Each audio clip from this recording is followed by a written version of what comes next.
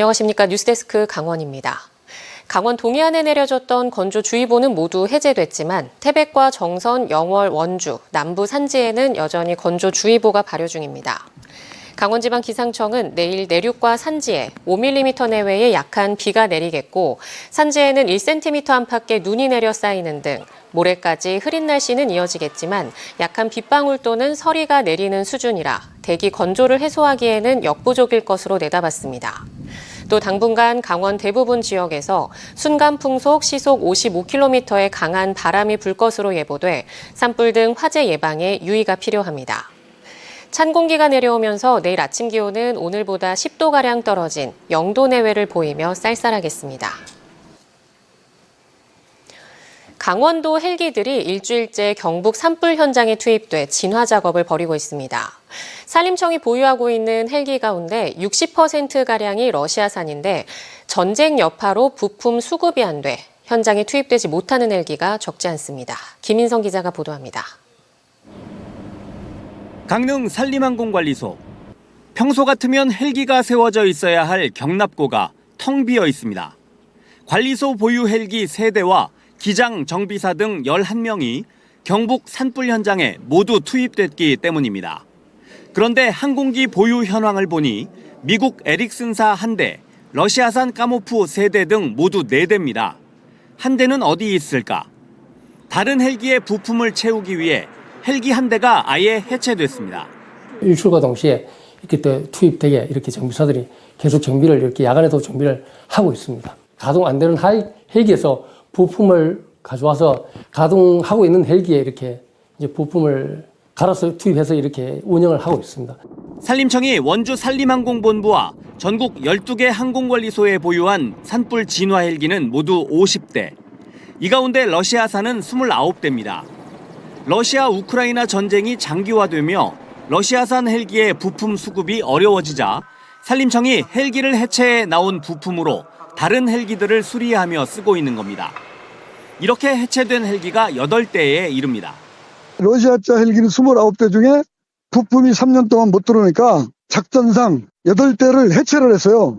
8대 해체해서 나온 부품을 21대로 지금 공급하고 있는 거예요. 러시아 우크라이나 전쟁이 끝나면 부품 공급이 원활하면 몰라도 현재는 그게 가장 지금 심각하다.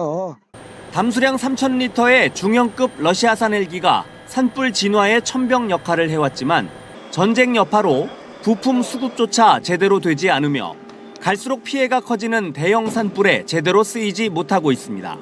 MBC 뉴스 김인성입니다. 뇌물수수 혐의로 구속된 심규원 동해시장의 재판이 부산에서 열렸습니다. 검찰은 심 시장이 현금 6천만 원을 수수하고 개인적으로 사용 가능한 11억여 원의 자금을 조성하도록 업체들과 공모했다고 주장했는데요. 심 시장은 검찰 주장을 모두 부인했습니다. 이준호 기자가 취재했습니다. 검찰이 심규원 동해시장의 뇌물수수 혐의에 대한 구체적인 방법을 처음 공개했습니다. 검찰이 주장한 뇌물수수 방법은 크게 세 방향으로 정리됩니다. 먼저 지난 2022년에 심 시장은 부산에 연고를 둔 수산업자에게 선거자금 명목에 5천만 원을 받았다고 밝혔습니다. 이듬해는 일본 출장 경비로 1,000만 원도 추가로 받았다고 주장합니다. 사업자 선정 등을 대가로 한 수산업자에게 모두 6천만 원을 받았다는 겁니다. 또 시멘트 업체 등과 짜고 자신이 사용 가능한 11억여 원의 자금을 조성했다고 말합니다. 업체의 인허가와 행정 편의를 제공하고 그 대가로 개인적 이득을 취했다는 얘기입니다. 심 시장은 혐의 3개를 모두 부인했습니다. 부정 청탁하며 자금을 조성한 혐의로 구속된 시멘트 업체 관계자도 검찰 주장을 기본적으로 인정하지 않는다고 밝혔습니다. 반면 수산업자는 범죄 혐의를 모두 인정한다는 입장입니다. 게다가 업체들로부터 뇌물을 받아 전달하고 불법 자금을 조성한 데 관여한 동해시의 산하기관 공무원도 혐의를 인정했습니다. 검찰과 피고인들의 입장을 들은 재판부는 다음 달과 오는 5월에 사건 관련 증인을 신문할 계획입니다. 이에 따라 심규원 시장에 대한 1심 선고는 5월 말 이후에나 진행될 걸로 예상됩니다. 부산에서 MBC 뉴스 이준호입니다. 도지사와 시장 군수, 도의원, 시군의원 등 공직자들의 재산 변동 사항이 공개됐습니다. 김진태 지사의 재산은 39억 9천여만 원이었고 공개 대상자 전체 1위는 김홍수 강릉시 의원으로 134억 원에 달했습니다. 박은지 기자가 정리했습니다. 정부와 강원도 공직자윤리위원회가 공직자 재산 변동 사항을 공개했습니다. 김진태 도지사는 지난해보다 1억 3천여만 원 늘어난 39억 9천여만 원의 재산을 신고했습니다. 신경호 교육감의 재산 신고액은 4억 2천여만 원입니다. 도내 18개 시군 단체장은 김홍규 강릉시장의 재산이 54억 7천여만 원으로 가장 많고 이상호 태백시장이 9,300여만 원으로 가장 적었습니다.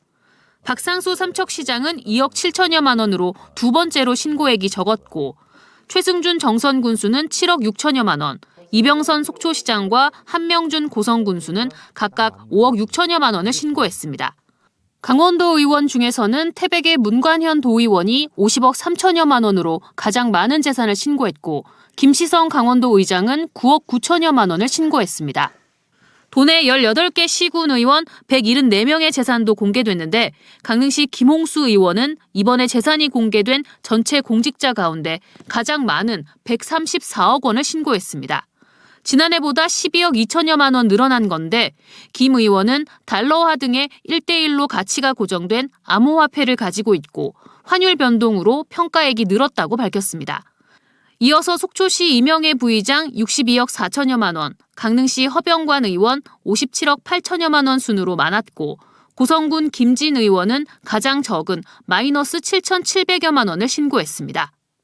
아들하고 같이 살다가 아들이 출가해가지고 그 아파트를 매각하는 바람에 그 자산이 많이 줄었습니다. 그래서 이번에는 아들은 재산 공개에 비포함시켰기 때문에 의료원 등 강원도 유관단체장 9명은 삼척의료원 권호선 원장이 50억 3천여만 원으로 재산이 가장 많고 강원 테크노파크 허장현 원장 32억 7천여만 원, 원주의료원 권태영 원장 25억 3천여만 원 순으로 많이 신고했습니다.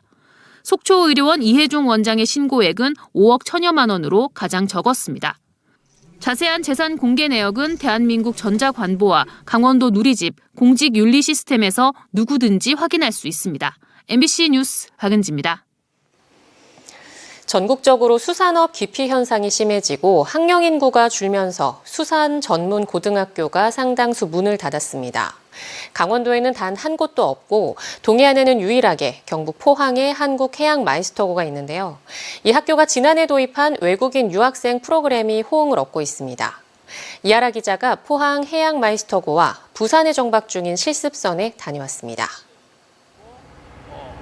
선원복을 갖춰 입은 학생들을 대상으로 실습 수업이 한창입니다. 교과서로 배웠던 이론을 실제 운항 중인 배 안에서 하나씩 확인합니다. FW가 뭘까? FW가 뭘까? 프레스 워터, 빙고, 청수. 지난해 한국해양마이스터고등학교에 입학한 해외 유학생 1기 학생들이 1학년 때 배운 선박 운용 이론을 올해 2학년 현장 실습에 접목하고 나선 겁니다. 만약에 어떤 눈금의 수치가 이상한 것 같다, 정상적이 아닌 것 같다. 그러면 그 원인을 추적해서 수산업 기피 현상이 심해지는 데다 특히 장시간 먼 바다로 나가 고된 일을 하는 원양어업의 경우 일하려는 내국인을 찾기가 하늘의 별따기입니다. 그래서 원양어업 전문기업이 유학생을 뽑아달라고 요청했고 경상북도 교육청이 이를 받아들여 지난해 외국인 유학생 1기가 탄생한 겁니다. 학생 1인당 들어가는 학비 등 연간 3천만 원의 비용은 교육청과 사기업이 분담합니다. 조금 더 힘들어요. 근데 조금 더 재밌어요. 어렵지만 선생님은 우리한테 계속 연습해요. 저는 하고 친구들은 많이 공부하고 싶습니다. 지난 첫 해 유학생 학습 성과가 좋아 올해는 입학 규모를 더 키웠습니다. 지난해 4명의 인도네시아 출신 유학생을 받은 이 학교는 올해 6명의 유학생을 받았습니다. 전라남도 교육청까지 뛰어들어 올해 완도 수산고등학교에도 4명의 인도네시아 유학생이 입학했습니다. 지난 1년 시행착오를 거쳐 올해 입학생은 인도네시아 현지 학교에서 기초 한국어를 익혀왔기 때문에 적응도 더 빠릅니다. 한국어 이해력이 월등히 지금 많이 향상됐기 때문에 전공 지식 전달과 실습 교육에 집중한다면 목표는 충분히 이룰 수 있을 것이라고 예상됩니다. 고용이 절실한 기업과 수산업 전문가 양성이라는 교육당국 사이에서 외국인 유학생 프로그램이 도입되면서 2년 차를 맞이하는 올해 성과에 관심이 집중되고 있습니다. MBC 뉴스 이하라입니다. 더불어민주당 이재명 대표의 공직선거법 사건 항소심에서 법원이 무죄 판결을 내리자 국민의힘 권성동 원내대표가 사법부가 정치 권력 눈치를 본다며 법관들을 공개적으로 비난했습니다. 권 원내대표는 오늘 당 비상대책위 회의에서 이재명 민주당 대표가 결정적 고비 때마다 법원 등이 무죄 판결을 내리며 이재명 대표를 살려줬다고 판사들을 공개 비난했습니다. 이에 대해 더불어민주당 박찬대 원내대표는 오전에는 판단에 승복해야 한다더니 오후에 무죄가 나오자 손바닥 뒤집듯 말을 바꿔 재판부를 공격했다며 이렇게 쉽게 거짓말을 하고도 양심의 가책을 느끼지 않는지 묻고 싶다고 밝혔습니다. 어제 저녁 7시 10분쯤 속초시 대포동 대포농공단지 내 한 식품공장에서 불이 나 약 5시간 만에 꺼졌습니다. 이번 불로 4층 규모의 공장 건물 한 동과 내부 설비 등이 모두 불에 타면서 소방서 추산 18억 2천여만 원의 피해가 났습니다. 공장에 있던 노동자 등 5명이 연기를 마셔 인근 병원으로 옮겨져 치료를 받았습니다. 경찰과 소방당국은 정확한 화재 경위를 조사하고 있습니다. 강릉시가 문화체육관광부에 2025년도 글로벌 K컨벤션 육성 공모 사업과 지역 마이스 산업 활성화 사업에 동시 선정됐습니다. 강릉시는 지역 기반 국제회의를 지원하는 글로벌 K컨벤션 육성 사업에 선정됨에 따라 세계적 석학과 국내 전문가들이 참여하는 천연물 바이오 국제 컨퍼런스를 개최하며 4년간 최대 6억 원을 지원받습니다. 또 2년 연속 선정된 지역 마이스 산업 활성화를 통해 강릉 마이스 인프라 탐방팸 투어, 국내외 마이스 박람회 참가 홍보, 강릉 마이스 산업 생태계 조성 등을 중점 추진합니다. 한편 2026년 지능형 교통체계 ITS 세계총회를 개최하는 만큼 지하 1층, 지상 4층 규모로 강릉 컨벤션 센터를 조성하고 있습니다. 우리나라 수소 산업의 미래 전략을 모색하는 세미나가 동해시에서 열렸습니다. 한국동서발전과 한국수소 및 신에너지학회가 주최한 이번 행사에서는 우리나라의 그린 수소 사업 경쟁력을 점검하고 혼합 수소를 이용한 친환경 선박 기술 등 수소 관련 최신 기술 동향에 대한 정보 공유가 이뤄졌습니다. 또 동해시에 자리한 한국동서발전 동해발전본부는 2029년부터 석탄 대신 LNG나 수소를 발전 에너지원으로 대체하겠다는 계획도 발표했습니다. 삼척관광문화재단이 삼척의 첫 기념 주화를 발행하기 위해 디자인 선정 투표를 진행합니다.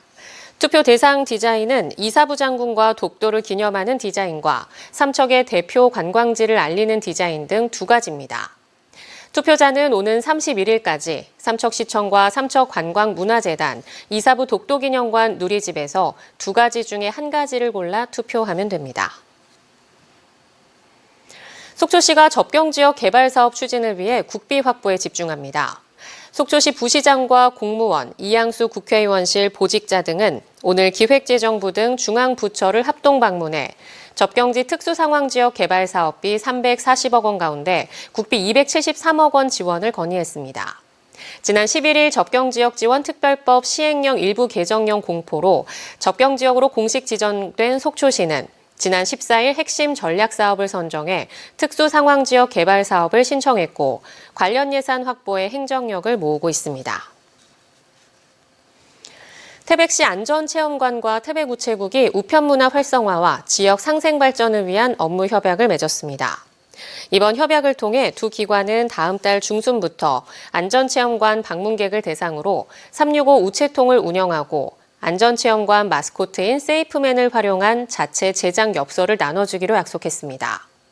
365 우체통은 가족과 친구, 연인에게 365일 따뜻한 마음을 전한다는 의미로 안전체험관에 있는 엽서를 써서 365 우체통에 넣으면 다음 달에 직접 발송되는 서비스입니다.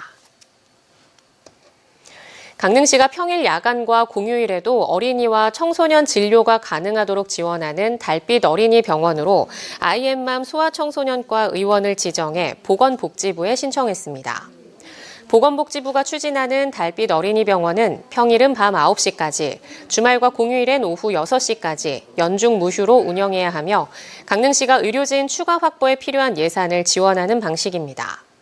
강릉시는 IM맘 소아청소년과 의원이 현재도 의료진 30명과 23개의 병상을 갖추고 있고 외지인과 관광객 비율이 50%를 차지해 자격 요건이 충분하다고 설명했습니다. 달빛 어린이병원은 강원도와 보건복지부 심사를 거쳐 오는 5월에 지정 운영될 예정입니다. 2025 강릉 단오제 본행사가 5월 27일부터 6월 3일까지 강릉 남대천 일대 행사장에서 열립니다. 강릉 단오제위원회는 올해로 유네스코 인류 무형문화유산 선정 20주년을 맞는 강릉 단오제 주제를 20살 단오로 정하고 포스터를 공개했습니다.